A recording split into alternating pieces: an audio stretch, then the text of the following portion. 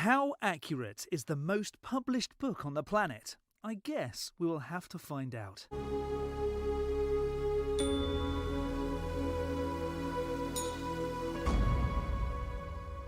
Hello, I'm the Skeptic. I watch videos on YouTube that make extraordinary claims, whether that's flat earth, strange conspiracies, or even the claim that a god is real, and then I explain why I can't accept their position.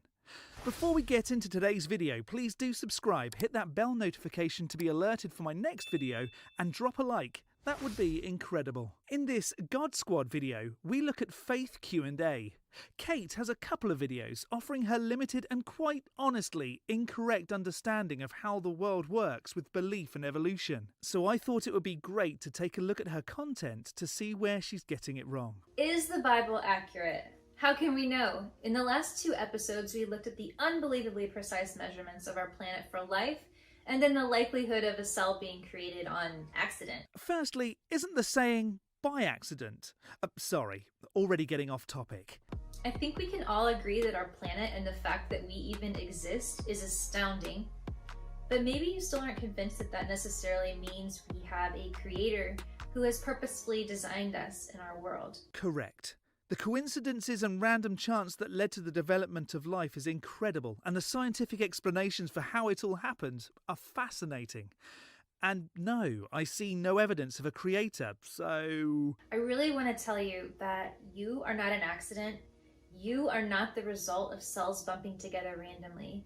You were designed on purpose by a God who adores you. Whoa, whoa, whoa, whoa. That is a bold assertion. Can you back that up with evidence? Let's keep building on these findings and move on to the most important controversial book of all time, the Bible. Hang on. Didn't you just say that we were all made by a creator? You didn't offer anything to back up that claim. Just saying it doesn't make it so, does it? If so, you were created by a tiny seahorse named Jeff. Moving on. By a vast measure, the Bible is the most printed book of all time. But does the amount of times a collection of stories is printed make it true? Does that mean if Harry Potter and the Philosopher's Stone becomes the most printed book of all time, it becomes true? Is the Bible true? One factor that sets the Bible apart from any other world religious writing is that its remarkable consistency. The Bible is composed of 66 books written by 40 authors in 3 languages, in 3 continents, over 1,500 years. And yet its themes and story remain unified. I'm not entirely sure what any of this information proves. If anything, the longer something has been around, the more chance it has of being embellished. For instance, that fish you once caught that was this big. However, let's compare your stats to Doctor Who. The Bible is 66 books, whereas there are 862 episodes of Doctor Who at the time of this recording. The Bible has 40 authors. There are over 100 Doctor Who writers. 3 languages for the Bible. Doctor Who is translated into multiple languages. The Bible is widely available in 3 continents. Doctor Who is popular in over 6 continents. And although it's not 1,500 years old like the Bible, Doctor Who has been around for almost 60 years. And guess what? Both have one theme. So, again, I fail to see your point. It was written by farmers and shepherds and kings, prophets, tax collectors. So, not actual writers? That doesn't sound reliable to me. Would you read about tax advice from a firefighter? All who agree on the 2 subjects notorious for war and discord. You know them, religion and politics. How could all 66 books written in prisons, palaces, wilderness deliver one message? It's the same message. The message of God's eternal plan and how he will save his people. Can I get a witness? The Gospels were written in a time when other eyewitnesses were still alive. In fact, there were at least 300 eyewitnesses of the resurrection still alive when 1 Corinthians was written. However, 1 Corinthians was written by Paul, who was not listed as one of the witnesses, so it just becomes a story and can't be proven. I can tell a story and say that hundreds of people who were alive at the time were witnesses. However, you can't go back in time and get their accounts, so all this becomes is a claim without evidence to back it up. You can find that in 1 Corinthians 15, 3-8. Writings would quickly be disregarded if false testimony was given with so many witnesses still present. But since those witnesses aren't present, we can only discount this. Sorry, but that's just how it is. The Gospels, those are the books of Matthew, Mark, Luke, and John, offer 4 accounts of Jesus' time on earth. And, unfortunately for the Bible, all 4 accounts contradict each other. What's noteworthy is that each of these books seem to be written in complete independence of one another. Yes, and therefore have multiple discrepancies. They speak from various points of view, and it's just not what you expect to find from 4 different accounts. Like, if you and I were going to do a coordinated collaboration and we wanted it to be believable, but it's still a made-up story, wouldn't we sit down and go over exactly what we would say to ensure that it was consistent? It's just not what we find in the Gospels. No, we definitely won't. Some mention details that others leave out. Hang on, so the accounts aren't the same?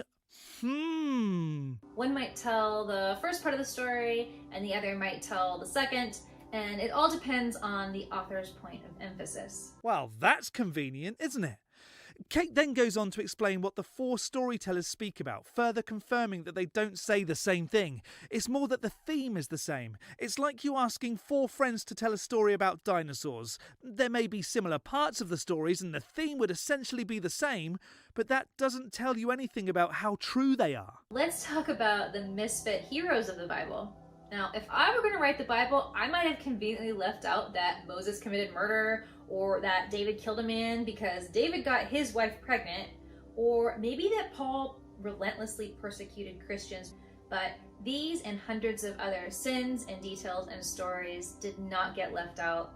There they sit in print for us to read thousands of years later. Why? Instead of only representing one side perfectionism, these misfit heroes of the Bible can give us hope for our own lives. Spider-Man had a dark side. It doesn't mean that Spider-Man's real. Though the story of Spider-Man can also give us hope for our own lives. We are not perfect. We do terrible things as well, but God can still use us as He used them. Prophecy is another topic to consider. There are 1,239 prophecies in the Old Testament and 578 prophecies in the New Testament. That's according to J. Barton Payne's Encyclopedia of Biblical Prophecy Lists. That's a total of 1,817 biblical prophecies, many of which have been fulfilled. Many, but not all. Prophecies have a knack of being vague on specifics, which allows for confirmation bias to confirm them. But even so, if some things in the Bible had come true, how is that proof of a God? No other book has dared be so laden with telling the future. Can you offer one example? But what about the harder to believe stories? I've heard people say something like, yeah, I believe the Bible, except for Jonah being swallowed by a fish and living. That's too much.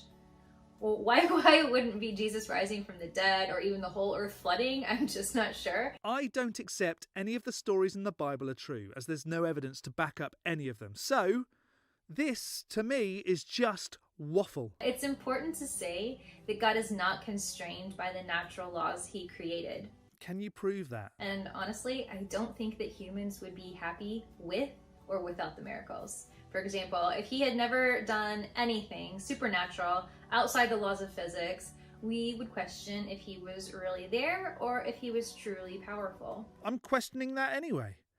Kate continues to waffle on, accepting things without evidence, offering websites that give biased confirmation of what theists are looking for. But then, she comes up with one more question that I once heard a great answer to.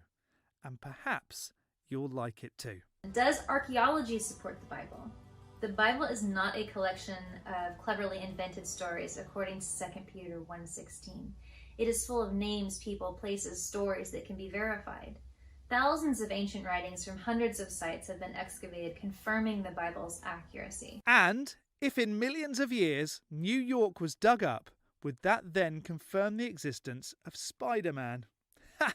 I think we'll leave it there. It's actually getting painful listening to the same mindless acceptance with no real evidence to back up any claim. So, is the Bible accurate? Accurate to what? The question should be, is the Bible proof of any God? For that, I would have to say no. So, we can skeptic this video off the list as being dealt with. How would you have answered